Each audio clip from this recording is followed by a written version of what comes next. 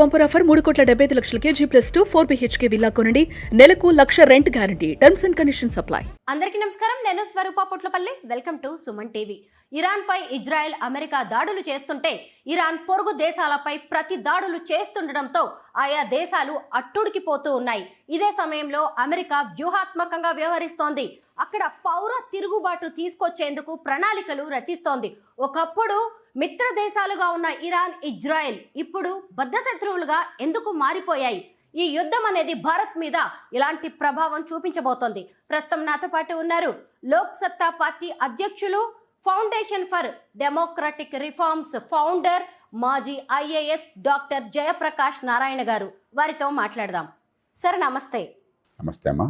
ఒకప్పుడు ఎంతో సహోదర భావంతో మెలిగిన ఇరాన్, ఇజ్రాయెల్ ఇప్పుడు యుద్ధం చేసుకుంటూ ఉన్నాయి. ముఖ్యంగా దీనికి కారణం ఏంటి? ఇస్లామిక్ పాలనే కారణమా? వీరిద్దరి మధ్యలోకి అసలు అమెరికా ఎందుకు వచ్చింది?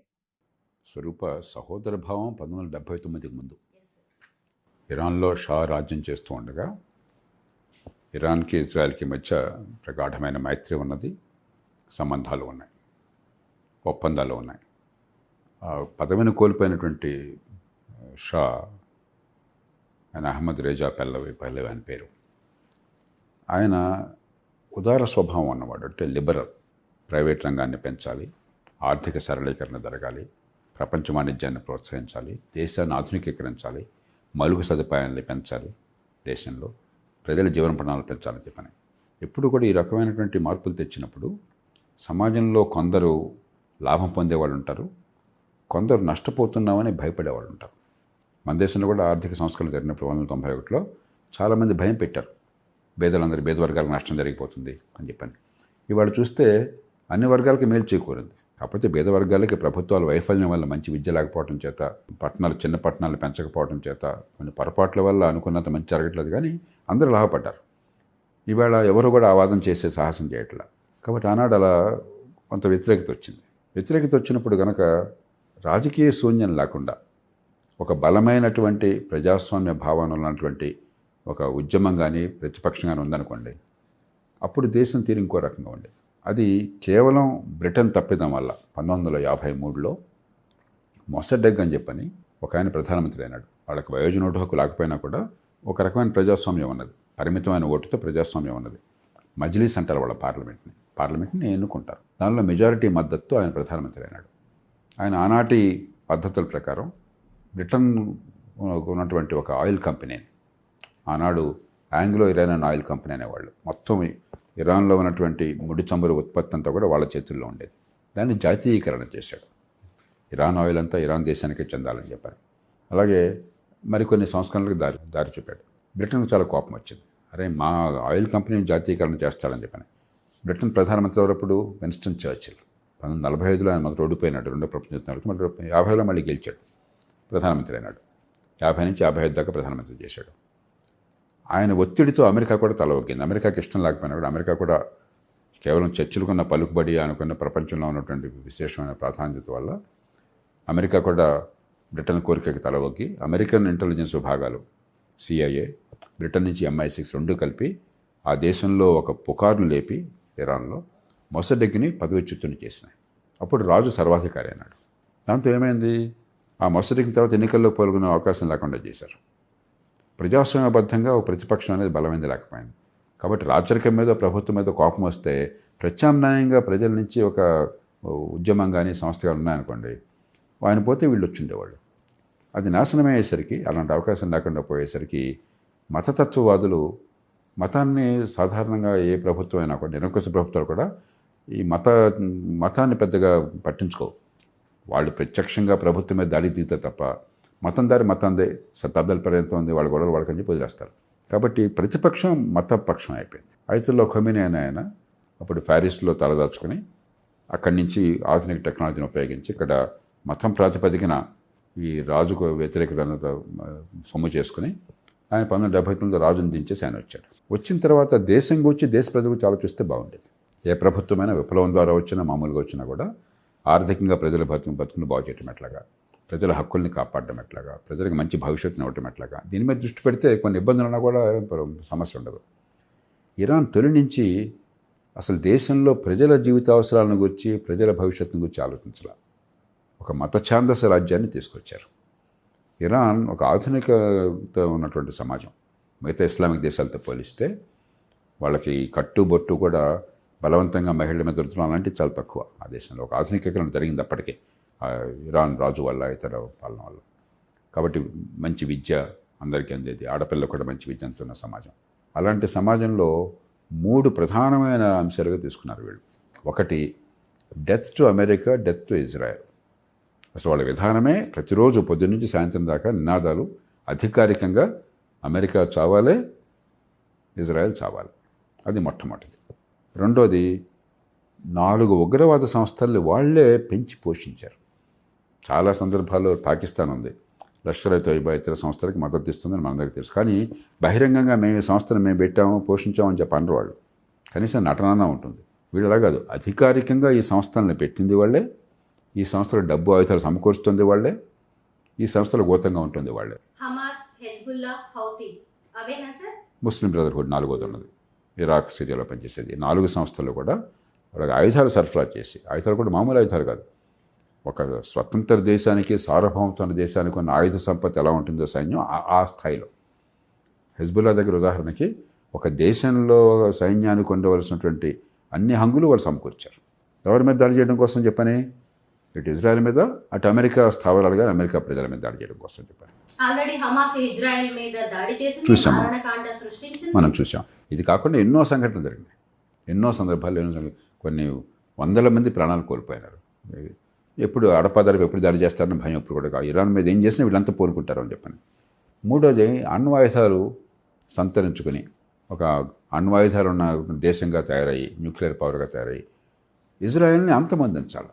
ఇప్పుడు ఇజ్రాయెల్ కేవలం యూదులకు మాత్రమే కాదు, అక్కడ పాలస్తీనియన్లకి ఒక స్వతంత్ర రాజ్యం కావాలి, 2 రాజ్యాల వ్యవస్థ కావాలని అందరూ కోరుకుంటున్నారు. భారతదేశం కోరుకుంటోంది, ఇజ్రాయెల్లో ఇప్పటిదాకా ప్రభుత్వాలు కోరుకున్న ఈ ప్రధానమంత్రి మినహాయిస్తే అమెరికా కోరుకున్నది, ప్రపంచంతో కోరుకున్నది, అది వేరు. ఇజ్రాయెల్ ఉండటానికి వీల్లేదు, ఇజ్రాయెల్ని సముద్రంలోకి తోసేయాలి, ఇజ్రాయెల్ సర్వనాశనం కావాలి, అవసరమైతే మేము అణుబాంబులతో నాశనం చేస్తాం, రోజు వాళ్ళ ప్రకటనలు. ఈ 3 చేసేసరికి ఏమైందంటే అంతర్జాతీయ సమాజానికి ఇజ్రాయెల్ ఒక పెరయ అంటాం, ఒక అంటరాని దేశంగా తయారైపోయింది. చాలా ఆంక్షలు వగైరా పెట్టారు, చాలా గందరగోళం చెలరేగింది. ఇప్పుడు ఇక శాశ్వతంగా ఇరాన్ నుంచి బెడద రాకుండా చేయాలంటే ఇది మంచి మార్గం అనుకున్నారు. ఎందుకంటే మీరు ఇందాక అన్నట్టుగా ఈ హమాస్ దాడి కారణంగా ఇజ్రాయెల్లో 1200 మందికి పైగా మన మహిళల్ని, మగవాళ్ళని, పిల్లల్ని ఉచ్చకొత్త కోసారు. అమాయకుల్ని, నిరపరాధుల్ని, ఏ రకమైన ఆయుధాలు లేని వాళ్ళని, శాంతియుతంగా వాళ్ళు సంబరాలు చేసుకుంటున్న వాళ్ళని కొన్ని వందల మందిని బందీలుగా పట్టుకుపోయారు. వాళ్ళు చనిపోయినారు. సరే, చాలా ఆరోపణలు ఉన్నాయి, మహిళల మీద అత్యాచారాలు కానీ దారుణమైనటువంటి చేష్టలు కానీ ఉన్నాయని చెప్పని. ఆ నేపథ్యంలో ఏమైందంటే ఇజ్రాయెల్ ఈ హెజ్బుల్లా వాళ్ళ ప్రధానమైనటువంటి టెర్రరిస్ట్ దళం దాని మీద దాడి చేసింది. కానీ హెజ్బుల్లా కూడా వాళ్ళ ఆయుధాలు ప్రయోగించింది ఇజ్రాయెల్ మీద. వాళ్ళ దాని మీద గట్టిగా దాడి చేసి చాలా మేరకు వాళ్ళు బలహీనపరిచారు. హమాసు చాలా మేరకు బలహీనపడింది అక్కడ గాజాలో ఇజ్రాయెల్ దాడుల వల్ల. హౌతీసు కొంచెం దూరంగా ఉంటారు, యెమెన్లో ఉంటారు, వాళ్ళు కూడా కొంతమేరకు పూర్తి కాకపోయినా బలహీనపడ్డారు. కాబట్టి ఇది సరైనటువంటి సమయం. అలాగే ఒక 7 నెలల క్రితం జూన్ మాసంలో అనుకుంటాను, ఇజ్రాయెల్ ఇరాన్ మీద దాడి, ఇరాన్ ఏమిటంటే కొన్ని మిసైల్స్ని ఇజ్రాయెల్ మీద పంపించింది. అది సాగుగా తీసుకుని ఇజ్రాయెల్ వెళ్ళి అక్కడ చాలా మేరకు ఆ మిసైల్స్ని కానీ స్థావరాలను ధ్వంసం చేసింది. తర్వాత అమెరికా అవకాశంగా తీసుకుని వాళ్ళ అణ్వాయుధాలు తయారు చేసేటువంటి ఈ యురేనియం ఎన్రిచ్మెంట్ కానీ ఆ ఫెసిలిటీస్ని చాలా తీవ్రంగా దెబ్బకొట్టింది. కాబట్టి ఇరాన్ ఒక రకంగా బలహీన పరిస్థితిలో ఉన్నది. ఇప్పుడు కనుక మనం ఇరాన్ కొట్టకపోతే రేపు పొద్దున అణ్వాయుధాలు వచ్చిన తర్వాత మనం అసాధ్యమవుతుంది. మళ్ళీ ఉగ్రవాద సంస్థలకి మళ్ళీ ఆయుధ సంపద మళ్ళీ సమకూర్చుకుంటే అసాధ్యమవుతుంది. కాబట్టి సరైన అర్థం చెప్పి అనుకున్నారు. దీనివల్ల అమెరికాకి, ఇజ్రాయెల్కి, బహుశా ఇరాన్ వల్ల భయపడుతున్న మిగతా ప్రపంచానికి సంతోషం. కానీ సమస్య ఇరాన్ ప్రజలది. ఇరాన్ ప్రజలకి ఈ దమనకాండ నుంచి విముక్తి కావాలి, మంచి భవిష్యత్తు కావాలి, స్వేచ్ఛ లభించాలి, వాళ్ళ ఆర్థికంగాను ఇతరత్రాలను పెరిగేందుకు అవకాశం రావాలి. ఈ మొత్తంలో అది లక్ష్యంగా ఎవరికి కనిపించట్లా. అది లక్ష్యంగా ఎవరికి కనిపించట్లా. ఇంకొకవైపు ఇరాన్ వెళ్ళి గల్ఫ్ దేశాల మీద దాడులు చేస్తూ ఉంది. ఇప్పుడు మళ్ళీ ఆ దేశాలతో కూడా సంబంధాలు తెగిపోయే అవకాశం ఉంది కదా. అవన్నీ కూడా ముస్లిం ప్రభావిత దేశాలు. వాళ్ళతో కూడా రిలేషన్స్ మౌలికంగా ఇరాన్ను ముస్లిం సమాజంలో రెండు ప్రధానమైన తెగలు ఉన్నాయి. ఒకటి సున్నీ, రెండు షియా. షియాలు బహుశా 15-20% లోపల ఉన్నారు. దానిలో అతిపెద్ద సంఖ్యలో ఉన్నది ఇరాన్లో. ఇరాన్ 9 కోట్ల పైచులకు జనాభా ఉంటే దాదాపు 80-90% షియాలు. కాబట్టి షియాలకి పెద్దగా తను భావించుకుంటుంది ఆ దేశం. అక్కడ ఆ దేశం దాటితే షియాలు అత్యధికంగా ఉన్నది 3 దేశాలు: భారతదేశం, పాకిస్తాన్, ఇరాక్. 3 దేశాల్లో సుమారు 2-2.5 కోట్ల మంది కాస్త అటు ఇటుగా ఉన్నారు. కాబట్టి షియాలకి సున్నీలకి చాలా తీవ్రమైన విభేదాలు ఉన్నాయి. అరబ్ దేశాలు కూడా సఖ్యతగా మెలుగుతున్నట్టున్నా కూడా ఎప్పటికైనా ఇరాన్ వల్ల మాకు ప్రమాదం వస్తుంది అణ్వాయుధాలు ఉంటే, ఇరాన్ ఈ ఉగ్రవాద సంస్థల్ని, టెర్రరిస్టులను ప్రోత్సహించడం వల్ల మాకు దెబ్బ తగులుతుంది అని చెప్పి నా మనసులో కసి ఉన్నది. కానీ మాకు గొడవ ఎందుకని చెప్పని ఒకప్పుడు కయ్యం పెట్టుకున్న వాళ్ళే ఆ తర్వాత కాస్త వాళ్ళతో సంబంధాలు కొనసాగిస్తున్నారు. సౌదీ అరేబియా అనుకోండి, పూర్వం పడేది కాదు. సౌదీ అరేబియానేమో సున్నీలకు నాయకత్వాన్ని ఇస్తున్నాం అనుకునే దేశం, ఇది షియాల నాయకత్వం, పడేది కాదు. కానీ సంబంధాలు మెరుగుపరుచుకున్నారు. ఎందుకంటే ఆ దేశాలు పంథా మారింది ఇటీవల కాలంలో. మీరు గమనించినట్లయితే ఒకప్పుడు మతతత్వవాదాన్ని పెంచినటువంటి దేశాలు ఇప్పుడు అది కాకుండా ఆర్థిక అభివృద్ధి, సంపద పెరగటము, సమాజాన్ని ఆధునికీకరణ చేయటము ఆ దారిని పడ్డారు. ఏ కారణం అన్నా కానివ్వండి, మీకు యునైటెడ్ అరబ్ ఎమిరేట్స్ కావచ్చు, లేకపోతే ఖటార్ కావచ్చు, సౌదీ అరేబియా ముఖ్యంగా ఆ దేశం కావచ్చు, బహ్రెయిన్ కావచ్చు, ఈ దేశాలన్నీ కూడా ఆధునికీకరించాలని దారిలో ఉన్నారన్నమాట. ఆ కారణంగా సఖ్యతతో ఉంటున్నారు. ఇరాన్ బహుశా వ్యూహాత్మకంగా పెద్ద తప్పిదం చేసింది. ఈ సమస్యని షియా సున్నీ సమస్యగా మార్చింది ఇరాన్. అలాగని షియాలకు న్యాయం జరుగుతుందంటే తన దేశంలో అంతా షియాలే, ఆ షియాలను ఊచకోతకు వస్తున్నారు. ఓ 15 రోజుల క్రితం అక్కడ ఉన్నటువంటి పౌర సమాజం అంతా కూడా ఆర్థికంగా గత 30-40 ఏళ్ళు ఈ ప్రభుత్వాల విధానాల వల్ల పూర్తిగా నాశనం అయిపోతున్నాము అని ప్రభుత్వ వ్యతిరేకంగా వాళ్ళు ఉద్యమాలు చేస్తే వాళ్ళని ఊచకోత కోశారు. నిరాయుధులైన ప్రజల్ని, తమ పౌరుల్ని ఊచకోత కోశారు. 30,000 మంది దాకా దారుణంగా చంపేశారు. అంతకుముందు 1-2 ఏళ్ల క్రితం ఆడపిల్లలు కేవలం ఆ హిజాబ్ వేసుకుంటే జుట్టు కనిపిస్తోంది కొంచెం అని చెప్పన్న చిన్న కారణంగా కొంతమంది ప్రాణాలు పోయినాయి వాళ్ళని అరెస్ట్ చేసి. దాంతో మహిళల్లో మంచి ఉద్యమం వచ్చింది అక్కడ సమాజంలో. అక్కడ దాన్ని తీవ్రంగా అణిచిపారేశారు. కాబట్టి ఇది షియా సున్నీ కూడా కాదు, షియాలనే మళ్ళీ అణిచేస్తున్నారు తమ దేశంలో. ఏమన్నామంటే షియా సున్నీ మధ్య పోరాటంలాగా వచ్చింది. తర్వాత మేము పచ్చగా బతకాలను కోరుకుంటున్నాం, ఆర్థికంగా ఎదగాలని కోరుకుంటున్నాం, ఈ గొడవంతా వదిలేసి మా మీద పడి అనవసరంగా మా దేశాన్ని అస్థిరతపరిచాలని చెప్పిన కోపం వాళ్ళలో ఉన్నది. కాబట్టి ఇరాన్ బహుశా వ్యూహాత్మకమైన తప్పిదం చేసింది. దానివల్ల ఇరాన్ దీర్ఘకాలంలో బలహీనపడుతుంది. ఇప్పుడు అమెరికా కూడా అందుకే ఏకంగా వాళ్ళ పౌరులతోనే తిరుగుబాటు కూడా ప్రయత్నాలు చేస్తున్నట్టుగా జరుగుతుంది. అది ఏమన్నా సఫలమయ్యే అవకాశం ఉంటుందా? చాలా కష్టం స్వరూప. ఎందుకంటే దేశంలో ప్రజల తరపున పోరాడి వచ్చిన రాజకీయ శూన్యాన్ని భర్తీ చేసి ప్రత్యామ్నాయాన్ని ప్రభుత్వంగా ఇచ్చేటువంటి శక్తి ఒక సంస్థ కావాలి. దానికి ప్రజల్లోనూ పలుకుబడి ఉండాలి, సంస్థాగతంగా ఏర్పాటు ఉండాలి, ఒక ఆర్గనైజేషన్ ఉండాలి. మరి అధికారంలో ఉన్నటువంటి ముల్లాలు దారుణంగా ప్రజలను ఆయుధాలు ఉపయోగించి చంపడానికి సిద్ధపడుతుంటే దాన్ని కొంతమేరకైనా ఎదిరించేటువంటి శక్తి ఉండాలి. ఈ 3 ఉన్న సంస్థలు అక్కడ ఏం లేవు ఇరాన్లో. వీళ్ళు పోవాలని బహుశా మెజారిటీ కోరుకోవచ్చు. ఎవరైనా చెప్పలేం మెజారిటీ ఉందా లేదని చెప్పని. మెజారిటీ ఉందని అనుకుంటున్నారు. ఎందుకంటే ఇక్కడ ముల్లాల ప్రభుత్వం చేసినటువంటి తీరు వల్ల, అక్కడ ఇరాన్లో ప్రస్తుతం ఉన్నటువంటి రాజ్య వ్యవస్థ చేస్తున్న తీరు వల్ల ప్రజల్లో తీవ్రమైన విరక్తి కలిగిన మాట వాస్తవం, వ్యతిరేకత ఉంది. కానీ ఆ విరక్తిని అధికారంలో ఉన్నవాళ్ళు దిగిపోతే ఆ స్థానాన్ని భర్తీ చేయడం కానీ, దింపేటువంటి ఒత్తిడి తేవడం కానీ తగిన శక్తి అక్కడ లేదు. ఇక్కడేమో ఆయుధాలు పుష్కలంగా ఉన్నాయి. ఆయుధాలని సామాజికుల మీద, నిరాయుధుల మీద నిర్మోహమాటంగా ఏ రకమైనటువంటి అడ్డంకులు లేకుండా ప్రయోగించడానికి సిద్ధపడుతున్నారు. కాబట్టి అక్కడ మీకు అది నాకు కనిపించట్లే అవకాశం. ఈ మొత్తం ఉదంతంలో తీవ్రంగా నష్టపోయేది, ఇప్పటికే బాగా నష్టపోయిన వాళ్ళు ఇరాన్ ప్రజలు. సార్, ఇరాన్, ఇజ్రాయెల్తో భారత్కి సత్సంబంధాలే ఉన్నాయి. ఇప్పుడు ఇది ఒక రకంగా మనకి సంకట స్థితి అనుకోవచ్చా? భారత్ స్టాండ్ ఎలా ఉంటే మంచిది? మనకి ఎవరు దూరం కాదు. ఎవరిని ఆప్యాయంగా మన ప్రయోజనాలను విస్మరించి ఆలింగనం చేసుకోం. అంతర్జాతీయ సంబంధాల్లో శాశ్వత మిత్రులు, శాశ్వత శత్రువులు ఎవరు ఉండరు. శాశ్వతంగా పొరుగు వాళ్ళు ఉంటారు. మీకు ఇష్టం లేకపోయినా పొరుగు వాళ్ళని మార్చలేం మనం. శాశ్వతంగా దేశానికి ప్రయోజనాలు ఉంటాయి. కాబట్టి మనకు కావాల్సిన మన ప్రయోజనాలు, మన అనవసరంగా ఎక్కువ తలదొచ్చాల్సిన అవసరం లేదు. మన ప్రయోజనాలు మనం కాపాడుకోవాలి. మన ప్రయోజనాలు గల్ఫ్ దేశాలతో ఉన్నాయి. ఎందుకంటే అక్కడి నుంచి ఆయిల్ కావాలి. అక్కడ 10 లక్షల మంది భారతీయులు పనిచేస్తున్నారు. ఆ దేశాలు మనకి ఇవాళ #1 ప్రయారిటీ. అందులో ప్రస్తుతం ఉన్న పరిస్థితుల్లో యుద్ధ వాతావరణం చల్లబడేదాకా మన 10 లక్షల మంది భారతీయుల భవిష్యత్తు ఏంటి, వాళ్ళకి రక్షణ ఎట్లాగా. అందుకే ప్రధానమంత్రి గారు ప్రతి దేశ అధినేతతో మాట్లాడి అక్కడ మా వాళ్ళని జాగ్రత్త కొనిపెట్టండి, కాపాడని చెప్పి కోరుతున్నారు. రెండోది, అవి ఆర్థికంగా బలపడుతున్నాయి, ఎందుకంటే ఆయిల్, ముడి చమురు బాగా అక్కడ అందుబాటులో ఉంది కాబట్టి. ఆ దేశాలతో సంబంధాలు ఉంటే పెట్టుబడుల వగైరాలకు మనకు మంచిది. మూడోది, మనకి ఆ దేశాల నుంచి ఆయిల్ మనకు రావటం కానీ, ఎనర్జీ సెక్యూరిటీ, ఇతరత్రా కానీ ట్రేడింగ్, వాణిజ్య సంబంధాలు చాలా అవసరం.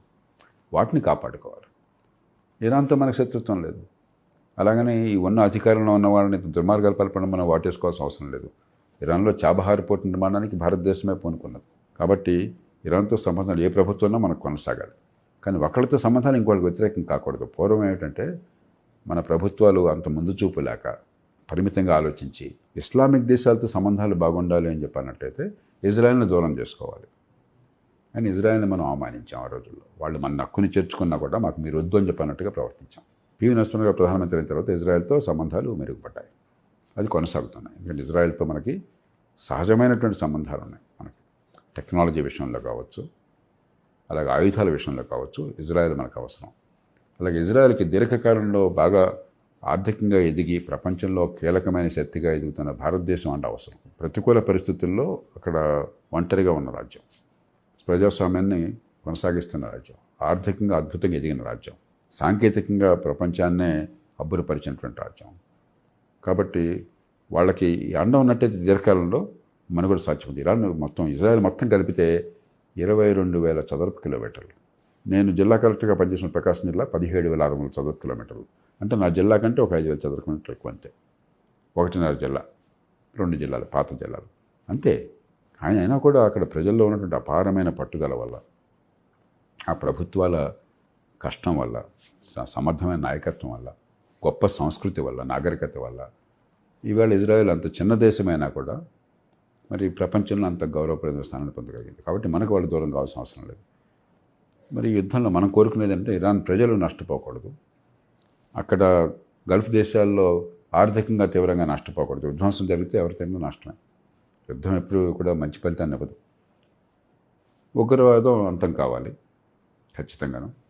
ప్రపంచంలో శాంతియుతంగా ఉండాలి. మనం కోరేది అది. చూద్దాం ఏమవుతుంది. సరే, 50% ముడి చమురు మనకి గల్ఫ్ దేశాల నుంచే వస్తూ ఉంటుంది. ఇప్పుడు ఈ యుద్ధం వల్ల ఈ చమురుకి సంబంధించి ఎలాంటి ప్రభావం చూపించబోతుంది? చమురు స్వరూపం ఎక్కడి నుంచి వచ్చినా కూడా ఒక అంతర్జాతీయ కమోడిటీ. ఇది ఒక దేశంలో ఒక ధర, ఇంకో దేశంలో ఒక ధర ఉండదు. ఆ క్వాలిటీని బట్టి సుమారుగా అట్లానే ఉంటుంది. కొంచెం కొన్ని హెవీ ఆయిల్స్ ఉంటాయి, కొన్ని లైట్ ఆయిల్స్ ఉంటాయి, కొన్ని స్వీట్ అంటారు, కొన్ని సౌర్ అంటారు. దాన్ని బట్టి క్వాలిటీని బట్టి ప్రైస్ తేడా ఉంటుంది. కానీ ధర ప్రపంచం ఎక్కడున్నా కూడా అందరికీ కూడా ధర పెరుగుతుంది. అమెరికా ప్రపంచంలో అతి ఎక్కువ ఉత్పత్తిదారు, సొంతంగానే చేసుకుంటుంది, అయినా ధర పెరుగుతుంది. అలాగే నార్వే లాంటి దేశాలు సొంతంగా వాళ్ళు బోడంతా తీస్తున్న ఆయిల్ని కానీ గ్యాస్ని కానీ అయినా ధర పెరుగుతుంది. బ్రిటన్ నార్త్ సీ ఆయిల్ తీస్తుంది, అయినా ధర పెరుగుతుంది. ఎందుకంటే ధర పెరగడం అనివార్యం. ఇప్పటికే వార్తల ప్రకారం $60 లోపల ఒక బ్యారెల్ ఉన్నది, ఇప్పుడు 70 దాటింది అంటున్నారు. ఇది కొనసాగితే 100 దాకా వెళ్ళొచ్చు. ప్రపంచ దేశాలు బహుశా 2-3 వారాలు తట్టుకుంటాయి. ఎందుకంటే స్ట్రాటజిక్ రిజర్వ్స్ ఉంటాయి. ఇప్పటికే ఓడల్లో సముద్రం మీద ఉన్నవి ఆ గల్ఫ్ నుంచి బయటపడ్డా మనకు అందుబాటులోకి వస్తాయి. తంటలు పడతారు. కానీ 2-3 వారాలు దాటినట్టయితే ఖచ్చితంగా ఇబ్బంది అవుతుంది. అందుకనే ఈ యుద్ధం బహుశా నెల దాటకపోవచ్చు. సార్, ఒక 50 ఏళ్ల క్రితమే ఇరాన్ లో వెస్ట్రన్ కల్చర్ అనేది కనిపించేది. అక్కడి మహిళలు బికినీలు వేసుకుని బీచ్ల్లో కూడా కనిపిస్తూ ఉండేవాళ్ళు. కానీ ఎప్పుడైతే ఇస్లామిక్ పాలన మొదలైందో అక్కడ పరిస్థితులు అనూహ్యంగా మారిపోయాయి. ముఖ్యంగా ఖమేనీ మరణం తర్వాత సంబరాలు కూడా చేసుకున్నారు. అంటే వాళ్ళు మతతత్వ పాలన కాకుండా ప్రజాస్వామ్య పాలనకి ఓటేస్తున్నారు అనుకోవచ్చా? మత విశ్వాసాలు ఉండొచ్చు, కానీ మతం పేరుతో అణిచివేయడాన్ని 21వ శతాబ్దంలో ఎవరు ఒప్పుకోరు. అక్కడ జరిగింది ఏంటంటే ఇరాన్లో మతం పేరుతో సమాజం మొత్తాన్ని పూర్తిగా భయభ్రాంతులను చేసి లొంగ తీసుకోవటం, అణిచివేయడం జరిగింది. మీకు గల్ఫ్ దేశాలు, ఇతర దేశాల్లో గతంలో సౌదీ అరేబియాలో అట్లా మనం వార్తలు వింటుండేవాళ్ళం. ఆడవాళ్ళకి డ్రైవ్ చేసే హక్కు లేదు, బుర్కా మగవాళ్ళ తోడు లేకుండా బయటకు వచ్చే హక్కు లేదు, బుర్కా ఉన్నా కూడాను. ఇంకా చాలా కఠినమైనటువంటి ఆంక్షలు ఉండేవి. కానీ కాలక్రమేణా వాళ్ళు ఆధునికీకరణ భాగస్వాములు అయ్యి ఇప్పుడు వాళ్ళు ఇస్లాంలో ఆధునికీకరణకి వాళ్ళు మార్గం చూపెడుతున్నారు. సౌదీ అరేబియా కానీ మిగతా గల్ఫ్ దేశాలు కానీ. ఇరాన్ ఒకప్పుడు షా ఉన్నప్పుడు చాలా ఆధునికీకరణ మార్గం చూపెట్టిన ఇస్లామిక్ దేశం ఏంటంటే ఇప్పుడు దానికి పూర్తిగా తిరోగమనం అయ్యి అక్కడ మనుషుల్ని పూర్తిగా అణిచివేయడానికి, ముఖ్యంగా మహిళలను అణిచివేయడానికి ఇది ఒక మార్గంగా ఎంచుకున్నారు. చేత ఇరాన్ సమాజం ఒక దారిని పోతుంటే ఇరాన్లో మత్తత్వ ఛాందసం అన్నటువంటి ఈ పాలన మరో దారిని తీసుకెళ్తుంది. ఇప్పుడు ఇరాన్ ఇజ్రాయెల్ మధ్య యుద్ధం జరుగుతుంటే వారిద్దరి మధ్య ఉన్న అమెరికా ఎక్కువగా హైలైట్ అవుతుంది. ముఖ్యంగా అమెరికా ఫస్ట్ నినాదంతో అధికారంలోకి వచ్చిన డొనాల్డ్ ట్రంప్ ఈ యుద్ధంలో కూడా రకరకాల ప్రకటనలు ఇస్తూ ఉన్నారు. అసలు ఇప్పుడే అసలైన యుద్ధం మొదలవబోతోంది, మేము చర్చలకు సిద్ధంగా లేము అని ఏం చెప్పాలనుకుంటున్నాడు డొనాల్డ్ ట్రంప్ ప్రపంచ దేశాలకి? ఇప్పుడు దీనిలో 2-3 కోణాలు ఉన్నాయి. ఒకటి, ఐక్యరాజ్యం ఏర్పడిన తర్వాత, రెండో ప్రపంచ యుద్ధం తర్వాత ఒక దేశం మరో దేశం మీదకి దాడికి దిగదు, కొన్ని అరుదైనటువంటి సందర్భాల్లో తప్ప. ఏమిటి అరుదైన సందర్భాలు? మీ మీద వెంటనే వాళ్ళు దాడికి సిద్ధంగా, ఇమ్మినెంట్ థ్రెట్ అంటారు.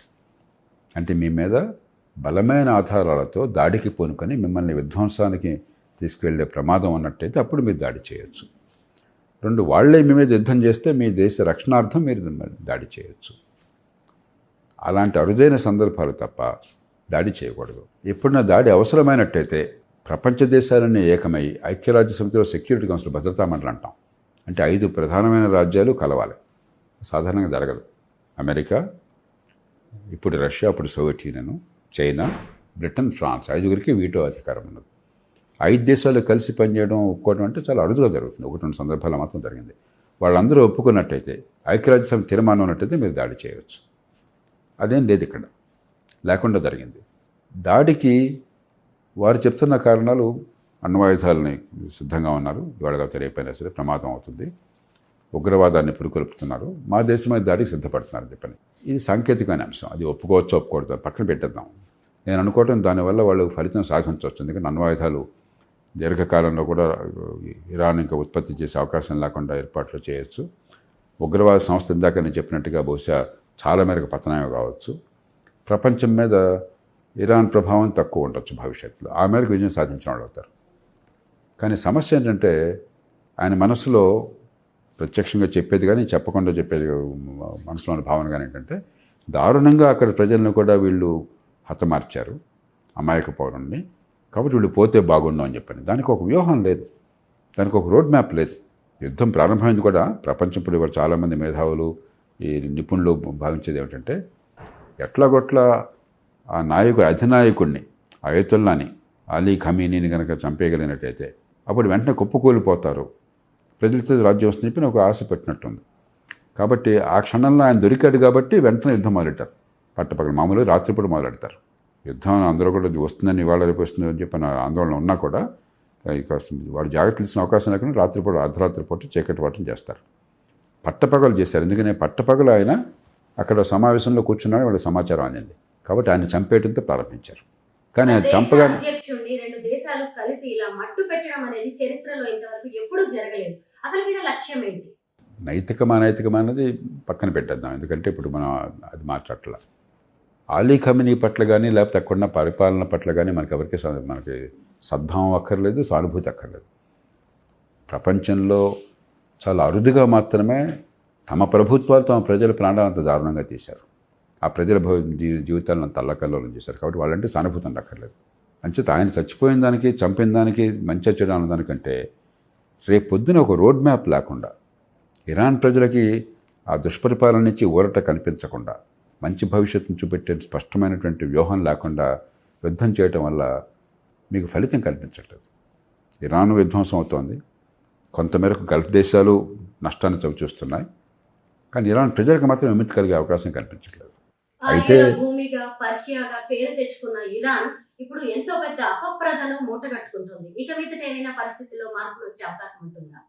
అక్కడ కనుక అదృష్టం కొద్దీ ఈ ప్రభుత్వం వీళ్ళు పతనం అయిపోయి అక్కడ అధికారంలో ఉన్నటువంటి వాళ్ళు, ఈ అయతుల్లాలు, ఈ ముల్లాలు, వీళ్ళ రాజ్యం పతనం అయిపోయి అక్కడ ప్రజాస్వామ్యబద్ధంగా ఎన్నికలు జరిగే అవకాశం వచ్చి ప్రజలు స్వేచ్ఛగా ఎన్నుకున్నటువంటి ప్రభుత్వం అన్ని వర్గాలను సమన్వయపరిచి ఒక మంచి భవిష్యత్తు కనుక దారితీస్తే సంతోషం. కానీ అవకాశాలు పెద్ద కనిపించట్లేదు. నేను ఇందాక చెప్పినట్టుగా అందుకు తగినటువంటి వాతావరణం కానీ, అక్కడ అలాంటి సంస్థాగత ఏర్పాట్లు కానీ లేవు. అమెరికా కానీ ఇజ్రాయెల్ కానీ 2 దేశాలు కూడా ఇరాన్లోకే సైన్యాన్ని ప్రవేశపెట్టి వీళ్ళని దింపేసి కొంతకాలం పాటు వాళ్లే రాజ్యాన్ని పరిపాలించి ఇరాక్లో చేసినట్టుగా అక్కడ ఎన్నికలు పెట్టినట్టయితే ఏమైనా మంచి జరుగుతుందో చెప్పలేము. ఎందుకంటే ఇరాక్లో ఏం జరిగింది, చివరికి మంచి కంటే చెడు ఎక్కువ జరిగింది. అక్కడ ప్రభుత్వం కూలిపోయింది, సదాం హుసేన్ చంపేశారు, కానీ మంచి కంటే చెడు ఎక్కువ జరిగింది. ఆఫ్ఘనిస్తాన్ వెళ్ళారు, అది అనివార్యం ఇష్టం ఉన్నా లేకపోయినా ఆఫ్ఘనిస్తాన్ నుంచి టెర్రరిస్టులు వచ్చి మిమ్మల్ని ఇంత దారుణంగా 9/11 నాడు 2001లో అమెరికన్ ప్రజలను చంపేసినప్పుడు విధ్వంసానికి పాల్పడ్డప్పుడు మరి వాళ్ళకి టెర్రరిస్టులను అప్పగించండి, మాకు వాళ్ళకి మద్దతు ఇవ్వకుండా ఉండండి అని చెప్పంటే మేము చచ్చిన ప్రాణం పోయినా కూడా మేము మాత్రం అప్పగించమన్నారు. ప్రాణాలు పోయినాయి, ప్రభుత్వం మారింది, కానీ ఆఫ్ఘనిస్తాన్లో పరిస్థితులు మారలా. కాబట్టి మీరు సైన్యాన్ని పెట్టినా కూడా ప్రభుత్వాన్ని దింపొచ్చు, కానీ పరిస్థితులు మారుతాయనే గ్యారంటీ లేదు. ఇరాన్లో బహుశా మార్చే అవకాశం ఎక్కువ ఉండదు, ఎందుకంటే ఒక నాగరికత ఉన్న సమాజము, ఆధునికత ఉన్న సమాజం కాబట్టి. కానీ ఎట్టి పరిస్థితుల్లో మా సైన్యాన్ని అక్కడ పంపించడం నిర్ణయం చేసుకున్నారు. కాబట్టి ఆ వాతావరణం కనిపించట్లా. ఇరాన్ ప్రజలకి విముక్తి వాతావరణం కనిపించాలా. కనిపిస్తే మనం అంతా సంతోషపడాలి. 9.5 కోట్ల మంది ప్రజలు చాలా దగాపడ్డారు. దాదాపు 1979 నుంచి ఇప్పటిదాకా 47 సంవత్సరాలు చాలా నష్టపోయారు. ఇటీవల కాలంలో మళ్ళీ తీవ్రంగా నష్టపోయారు, బాధపడ్డారు. వాళ్ళకి విముక్తి కల్పించట్లా. సార్, ఎన్నో దేశాలను ప్రభావితం చేస్తున్న ఈ యుద్ధం ఎలా ఆగాలి? మళ్ళీ పశ్చిమాసియాలో శాంతి స్థాపన అనేది ఎలా సాధ్యమవుతుంది? నేను అనుకోవటం యుద్ధం ఒక 3-4 వారాల తర్వాత ఆగుతుంది. ఎందుకంటే అమెరికాకి ఇప్పటికీ ఆఫ్ ర్యాంప్ అంటాం. మేము విజయం సాధించామని చెప్పుకుని బయటకు వచ్చే అవకాశం ఉంది. అక్కడ విధ్వంసాన్ని చేశాము, వాళ్ళకి ఇరాన్ కోరుకోలేదు, ఆయుధాలు ఉపయోగించలేదు ఇతరుల మీద. టెర్రరిస్టులను ధ్వంసం చేశాము మేము ఇజ్రాయెల్ కలిసి. అక్కడ హెజ్బుల్లా కానీ మిగతా చోట్ల కానీ వాళ్ళు కూడా కోలుకోలేరు. ప్రపంచానికి ఇప్పుడు ఇరాన్ నుంచి ముప్పు లేదు, అణ్వాయుధాలు కూడా వ్యాప్తి చేయరు అని చెప్పని ఆ మాట చెప్పేసి వాళ్ళు విక్టరీ డిక్లేర్ చేసేయచ్చు. బహుశా అలాగే జరుగుతుంది. ఒక 2-3 వారాల తర్వాత అలాగే జరుగుతుంది. సమస్య ఏంటంటే ఇరాన్లో ప్రత్యామ్నాయ ప్రభుత్వం ఏర్పాటు కాకుండా ఉన్నట్లయితే, ఇరాన్లో ఐతుల రాజ్యం కొనసాగుతున్నట్లయితే, వాళ్ళు బలహీనపడ్డా కూడా ప్రజల మీద వాళ్ళ దమనకండ ఆగుతుంది అన్నటువంటి ఆధారాలు ఏం లేవు. ఇరాన్ ప్రజలు విముక్తి లేకపోవచ్చు. లేదు, వీళ్ళు కూలిపోయి పరిస్థితులు కనుక అక్కడంతా అస్తవ్యస్తంగా ఉండిపోయి ఆ దేశంలో అరాచకత్వం వచ్చినట్టయితే లక్షలాది మంది కాంతిశీకులు ఇతర దేశాలకు వలసిపోవచ్చు. గతంలో సిరియా విషయంలో అట్లా జరిగింది. సిరియా కానీ ఇరాక్ కానీ అలా జరిగింది. దానివల్లనే ప్రపంచ రాజకీయం మారింది. యూరప్కి కొన్ని లక్షల మంది, 10 లక్షల మంది వెళ్ళిపోయారు. అక్కడి నుంచి యూరప్లో వీళ్ళందరూ మా దేశాలు రావడం ఏంటి దాడి చేసినట్టుగాను, వీళ్ళందరికీ మేము వ్యతిరేకం అని చెప్పని అక్కడి నుంచి రకరకాల రాజకీయాల్లో మార్పులు వచ్చినాయి. మళ్ళీ అలాంటి పరిస్థితికి వచ్చే అవకాశం కూడా ఉన్నది. పశ్చిమాసియాకి శాంతి లభించవచ్చు, ప్రపంచానికి శాంతి లభించవచ్చు. ఇరాన్ లోపల శాంతి అంతగా అవకాశాలు కనిపించట్లేదు. అనేక దేశాల్లో అల్లకల్లోలం రేపుతున్న యుద్ధం గురించి గొప్ప విశ్లేషణ చేశారు sir. Thank you so much. నమస్కారం.